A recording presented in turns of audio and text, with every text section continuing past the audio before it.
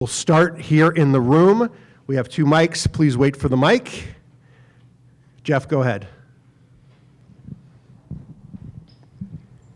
Jeff Kassouf, ESPN. Emma, welcome again. You wanted to get in and get to know people, get to see the group. Yeah. What have you learned about the team over the past few days, and has anything surprised you now that you're immersed in the environment? Well, their names, for starters. You have to start there, Jeff. No, I've been trying to get to know them a number of different ways. I have 15-minute meetings with them, so I haven't got through all of them just yet. But I will do between now and the second game. For me, getting to know the players both on the pitch, in the classroom, is where the overload has been. You know, there'll be some tired brains, for sure. But it's been a really, really good training week. So little by little, you know, I don't do fast friends. So I want us to build the right things in the right moments. And, you know, it's been a tremendous training week from the team. JT, right there. Hey. Picking an Olympic roster is arguably the hardest thing any U.S. coach does with the roster position. How do you approach a task like that where some of these choices seem downright impossible with these talent pools? Well, I'm not focused on that today. I'm focused on preparing the team for tomorrow. You know, the camp objectives this week have been, you know, developing, you know, an introduction to the structural principles, the principles of play. It's been about building trust. It's been about making sure everybody understands what the expectations are. So it's a process, and we've got to go one step at a time. And for me, the focus is on tomorrow. Let's go to Steve up here, and then we'll go to Kevin.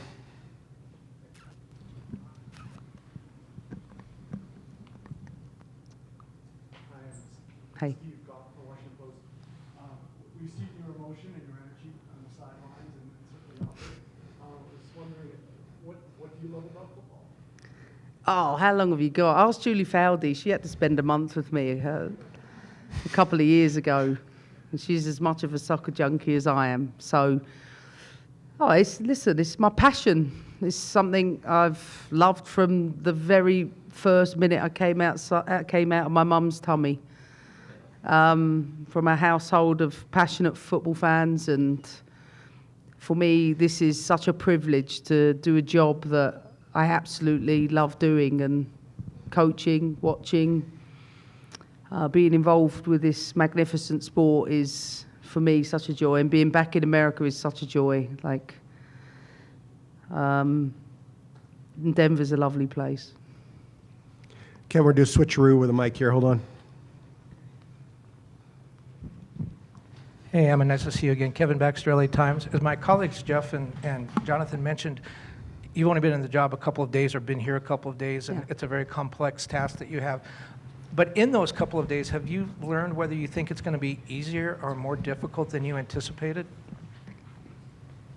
Listen, there's many more complex tasks than putting a team together to go to an Olympics.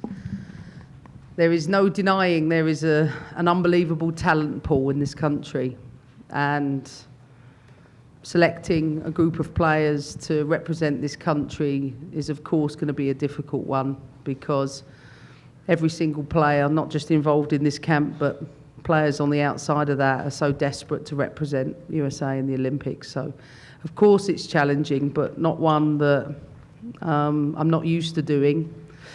And I don't have to do that just yet. I have time, and this is an opportunity, as I've said before, to learn about the players, learn about their tactical understanding, see where their technique is at the top level, expose them to a strategic setup that prepares us for tomorrow, first and foremost, and get the players to understand the most important things that are required at the top level. So I'm so, how to put it, the players' learning has been unbelievable this week. Their attention to detail, their thirst for knowledge, their application, the coaching staff, just one or two situations, they change it quite quickly.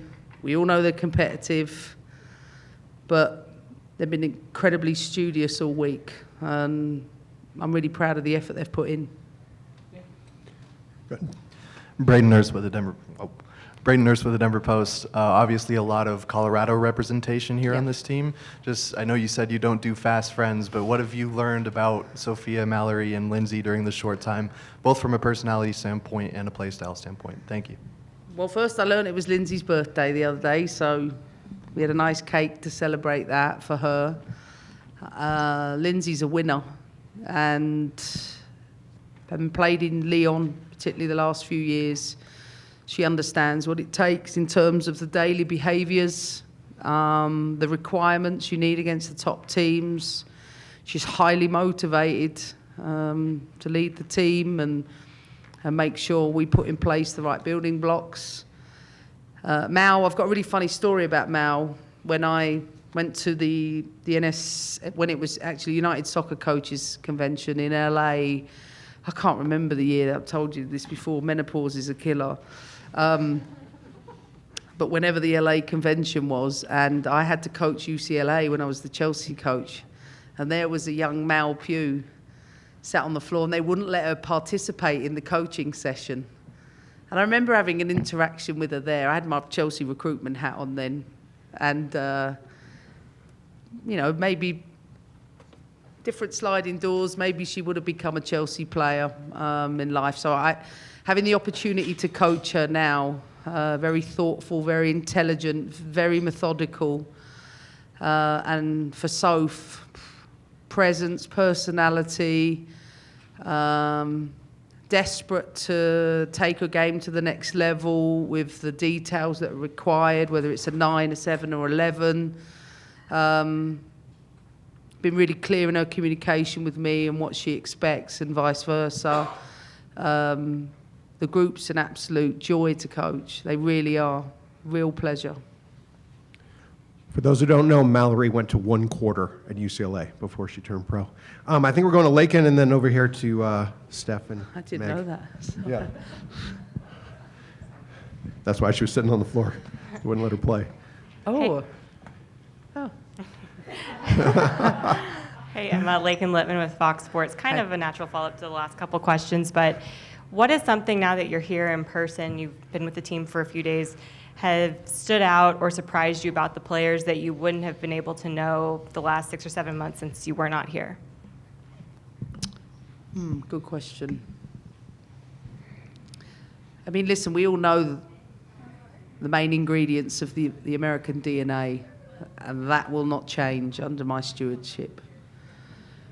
I think there's been a better tactical understanding than I anticipated. But for me, the most important thing has been the ability to grasp information really, really quickly and learn. Sponges, unbelievable sponges. No matter what we've thrown at them this week, they're taking it on, they're absorbing it.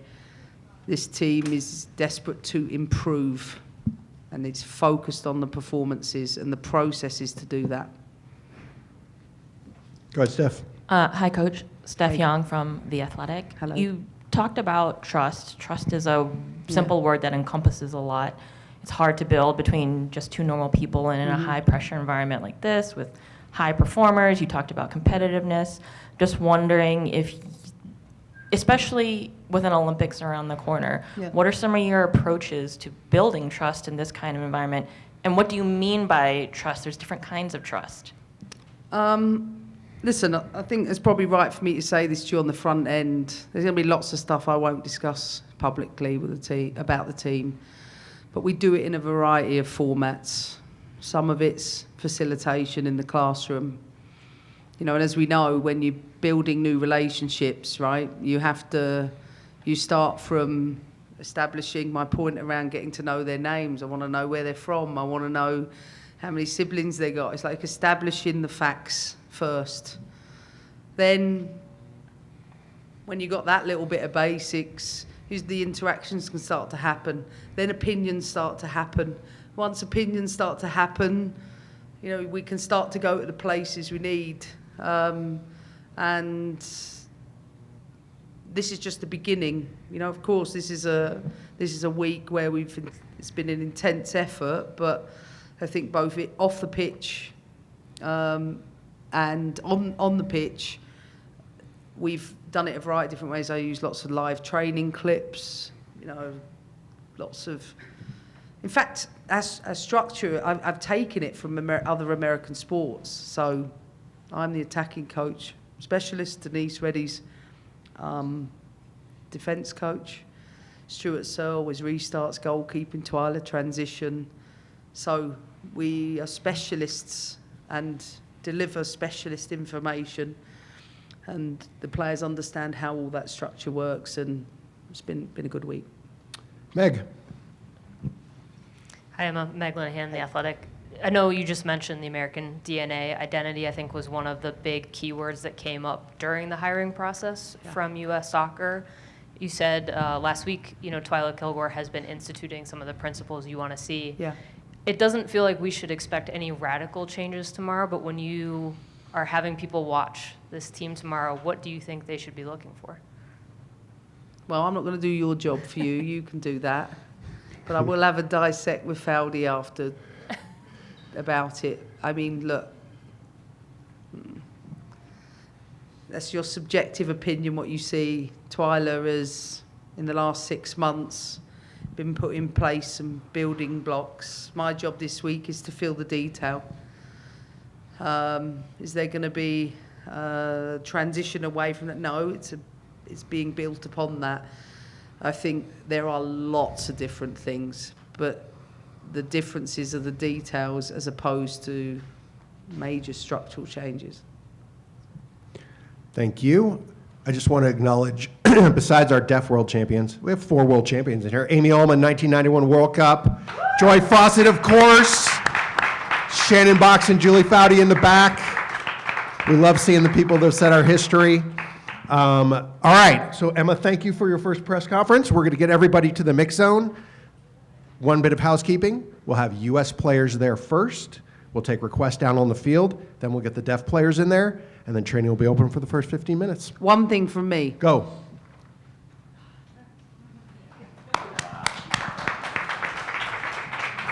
Illy, we'll get you to the mix zone.